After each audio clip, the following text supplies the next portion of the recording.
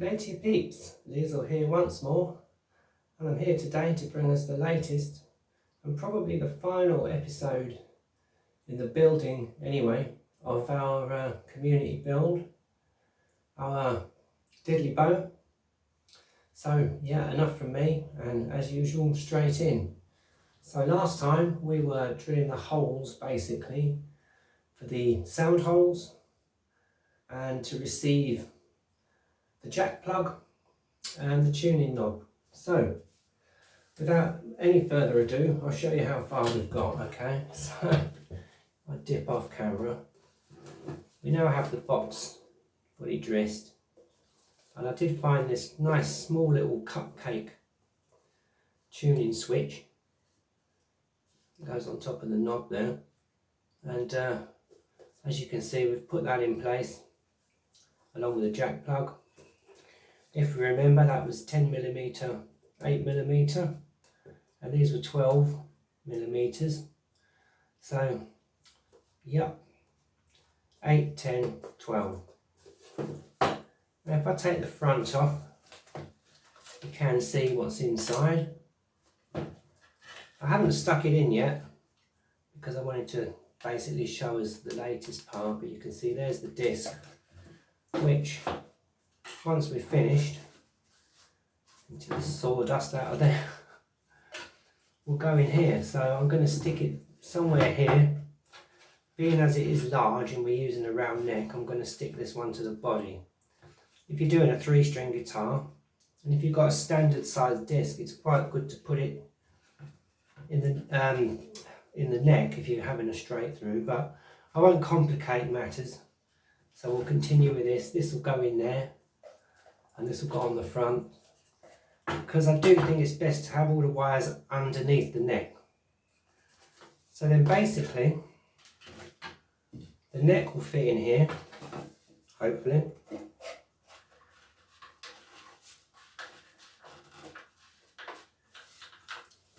There's Lizzle. There we go. And out the other end. And there it is. We'll have that in there. The disc will be nicely underneath, stuck inside the body there. I know it's a bit difficult to see with the neck in, but that'll be stuck in the bottom and somewhere just underneath the bridge, which will be about here, which moves me neatly on to scale lengths. So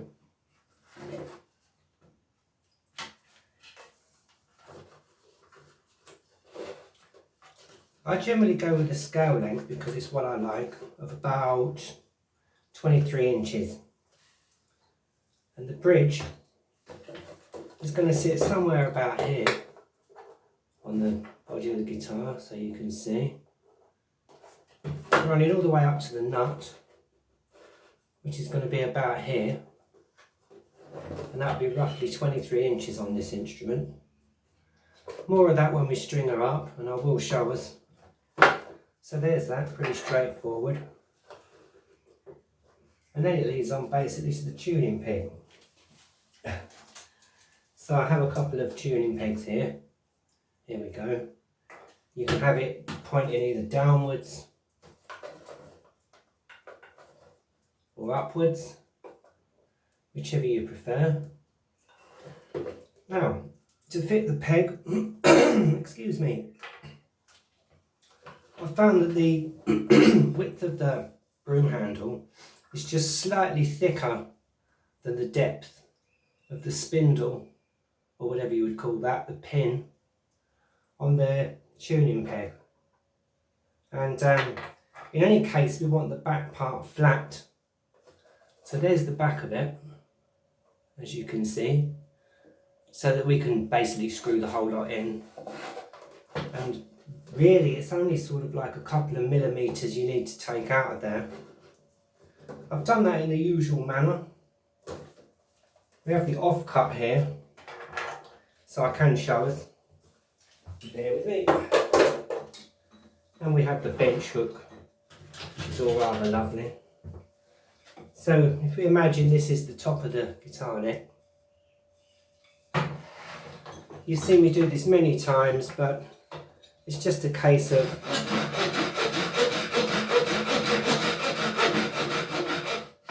cutting a few slots. I would say about 1 or 2 millimeters deep. You can see there's the first one. And just go along and cut a series of those.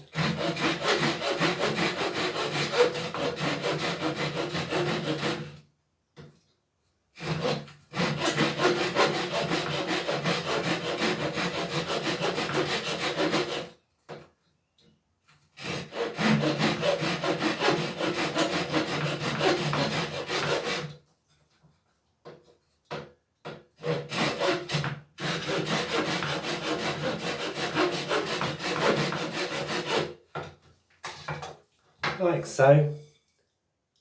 And then what I would do is just knock those out with a chisel. Now, generally speaking, you can just sort of wiggle those out. So I have a chisel here. If you see there, if you just go in behind one of them and just literally do that, just wiggle it.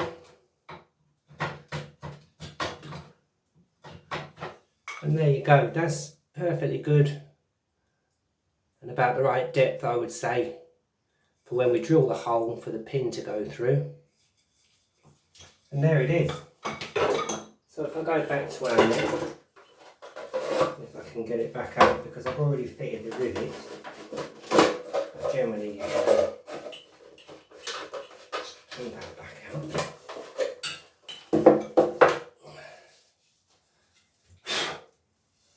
As you can see, I've placed the rivets in there, the rivet heads, and with this size you can put 2 in there. Sometimes they're longer, so they might not fit together too well. To be honest, you only really need the one on the back, because it's not going to dig into there too much. Even if it does, it doesn't really matter, because the bridge will raise the string. But I thought to keep it rather nice, we'd put one in each end. And it's quite simply a 2 millimeter or about 1/8 of an inch drill bit. And you know, we know what we're doing. Didn't really need me to show you. So yeah, just drill a hole straight through the center. I would just eyeball that. Here's the drill bit, it's about 1/8 of an inch. Yeah, hole straight through. And I just tap those in with a mallet. They fit nice and tight. No need to glue them.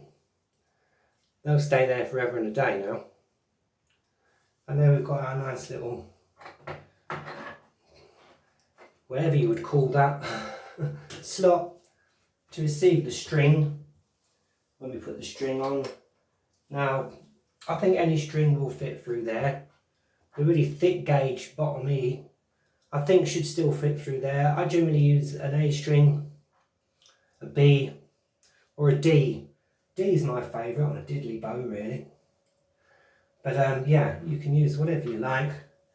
Obviously you might just want to check the width of it when you get your string, just to make sure. You might need to use a slightly larger one. I don't know exactly what size that is, because I couldn't work them all out, but I've got basically a kit of assorted rivets and various different sizes, and I just kind of went with what I know, really.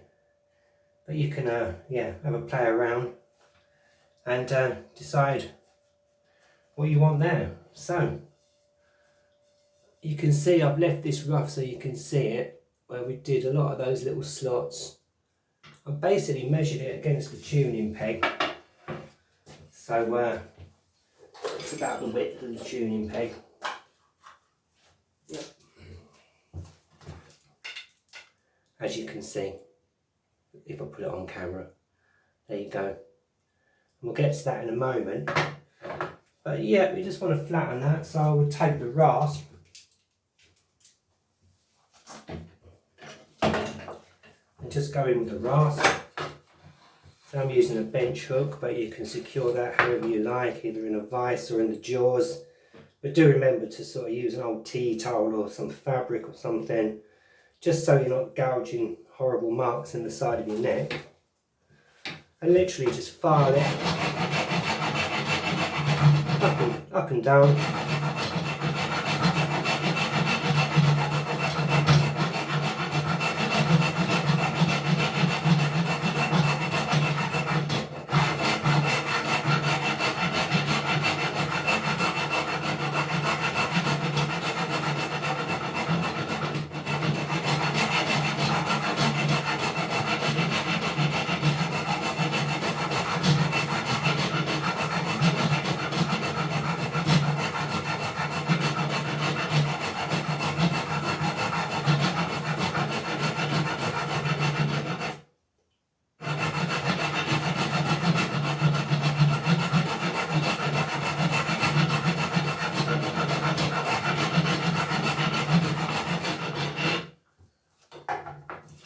And just keep going until you've got that nice and flat. There you go.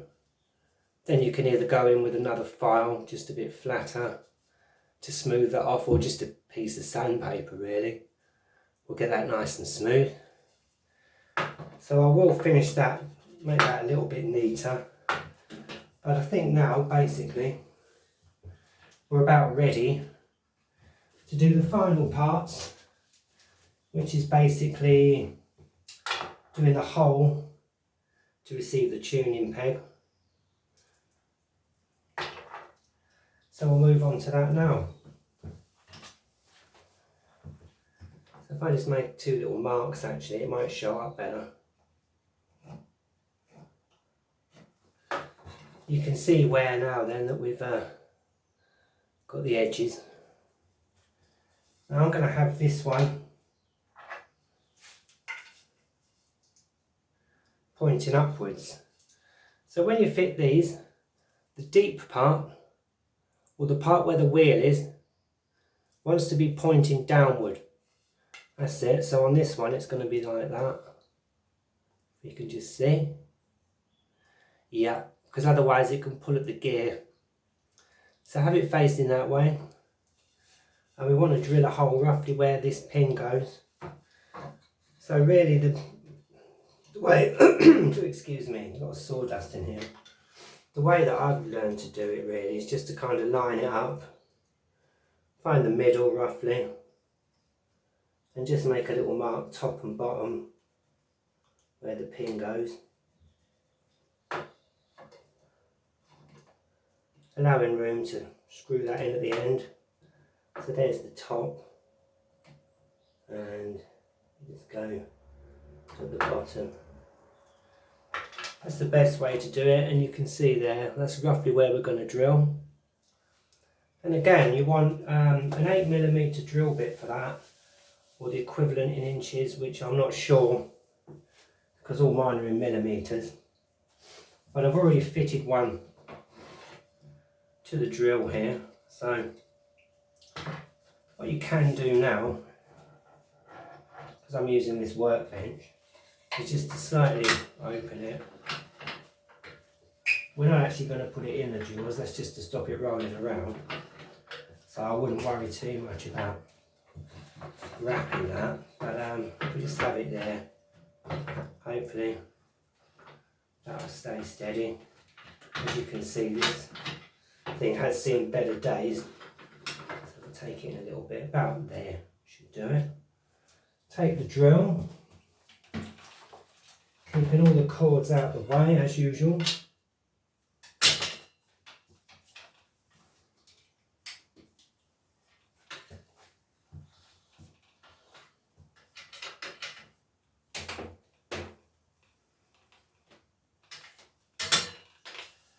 And the centre, it's going to be about there, I'd say. And just drill all the way through.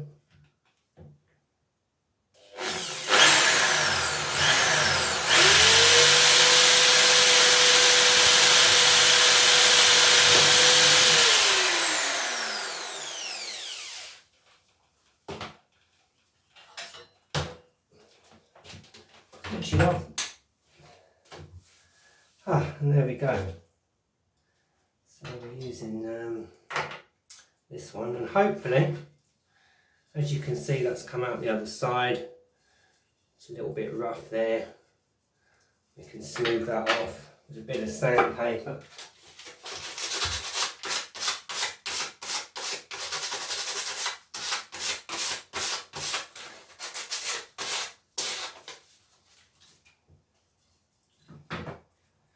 And I guess just to take that rough bit off, we just sort of very gently, in fact I'd put it in reverse again for this, just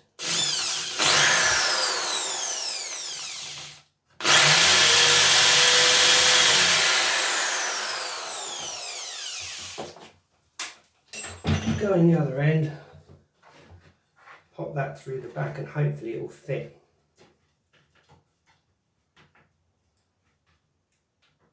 Now, me being Liesel has gone a little bit too high, so it doesn't quite fit in the slot.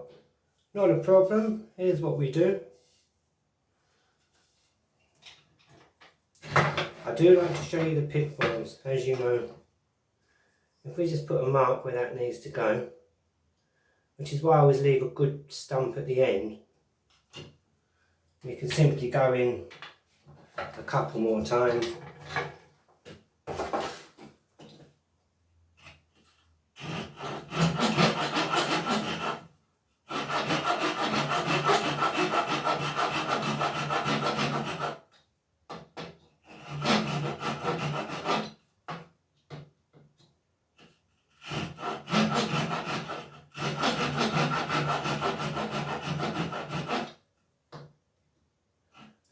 About there,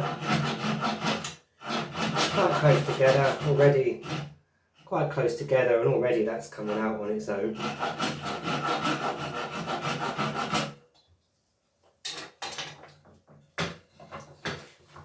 Take the chisel and just push that out again.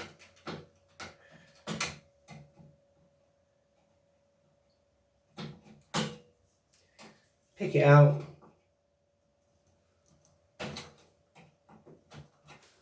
There, and then probably best to go this way because it's safer. Just sort of slide it along a bit, dig out the excess. There we go. Once more, take your rasp or whatever you're using, your file, whatever. Hold that flat.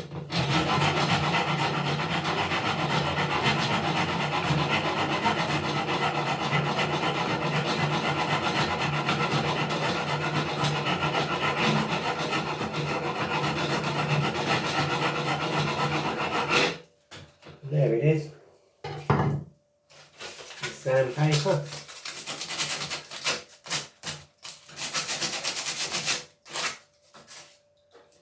And Bob's your uncle, Fanny's your aunt. There we go. And that fits in rather nicely there. Now you can see that does fit. And you can see the holes there, I hope you can see. So that's about right. You might want to just file that down a little bit because it's rounded. So really there's no need to cut anything there. I would just get your rasp and just very gently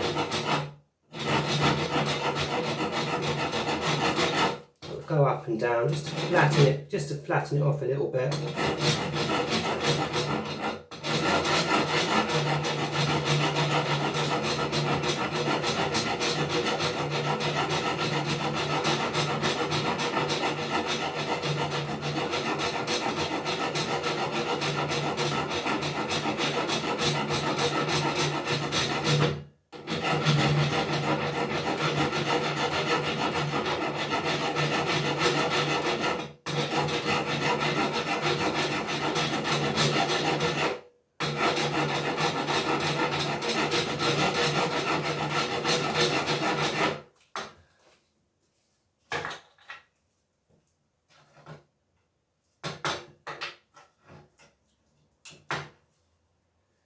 And there you go. That's lovely now. You can see that's just right where we want it. There's the hole. It's just the right size. Nice on the back. What I would then do Now we've got it where we want it, it's best to make a couple of little pilot holes before you screw this in. Now I'm not going to screw this in straight away because there's other things I want to do first, but I found an easy way to do that is just to use one of these, which is a bradawl or a bradawl, and I would simply just find where the holes are.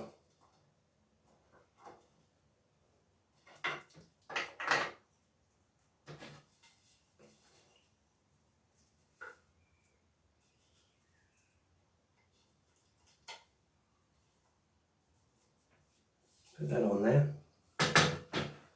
and quite literally just find where the holes go. Take your bradawl, grab a mallet, which is down here, and very simply just punch a couple of holes. There's one,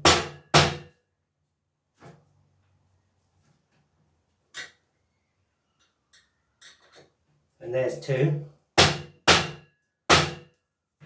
Doesn't have to be that deep. Alternatively, and the very best way to do it probably really is if you've got a very small fine drill bit, is just to drill the pilot holes. I would drill them, it's worth it, because you could just screw them in, but that can cause several problems. And there you go. That's basically the neck completed, and that'll go back in the box. Now, one thing I will suggest, before you screw this in, make sure you've got the nut in place, because otherwise you're going to have to take it off again. So let me show you that. We're using the Jubilee clip, so that will go on there, about there I'd say. Just tighten that with a spanner or a screwdriver. Find a spanner's easier, and you can position that. Obviously that's a little bit off to one side, but once that's in there, then you can fit your tuning peg or drop it on the floor. And you can see we've got the holes in the back now ready.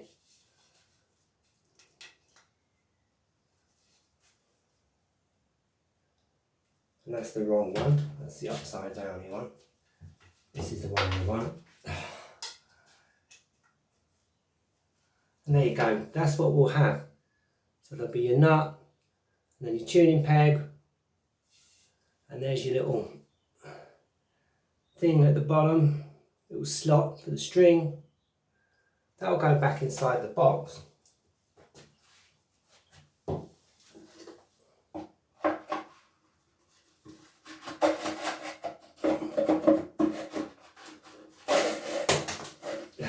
And it all falls apart in true Liesl cigar box styling fashion. That'll then sit under the neck, see, which I will do, and in the next video we'll literally have this in one piece and we'll string it and we'll set the scale length that we want. And just to give you an idea, there it is, there it is.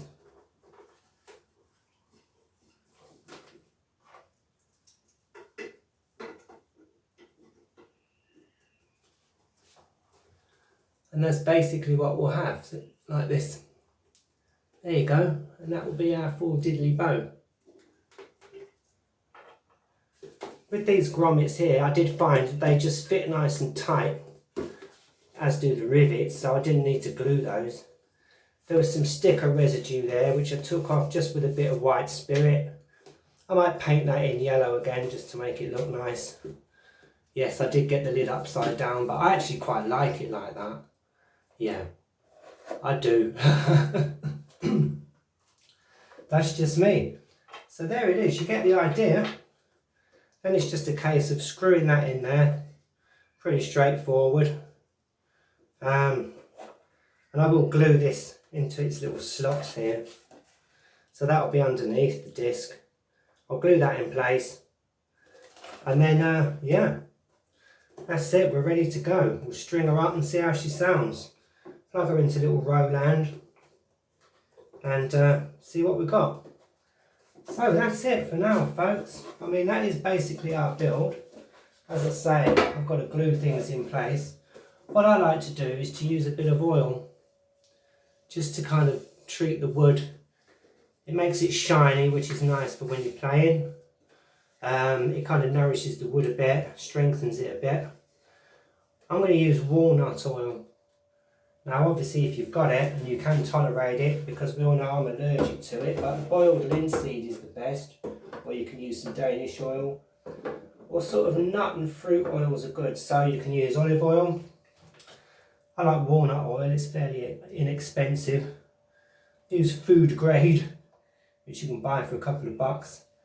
One thing I would say, don't use sunflower oil or like vegetable oil, like those blended oils, they just make a sticky mess. So yeah, just anything like that, or you can leave it plain. I did with Honey when we built her, she's not been oiled at all. And I'm going to use a bit of walnut oil on there just to give it a bit of colour. I might sand the neck a bit just to clean it up a bit. But that's basically it. So next time you see it, it'll be in one piece. Yeah, we'll string her up and see how we go. So, peeps. That's it for this video, and that's it for this build. I hope you enjoyed it. Thanks for all your wonderful comments. And yet again, a warm welcome to all of our very latest subscribers. There have been very many of us, and thank you. Thanks for joining this community. And thanks for stopping by and supporting me on these builds. Yeah, you know, I'm always blown away by your support, your comments and things like that. Yeah, I'm very humbled by that. And I'm glad you're enjoying these. And I must say, we've had one or two pitfalls like we always do.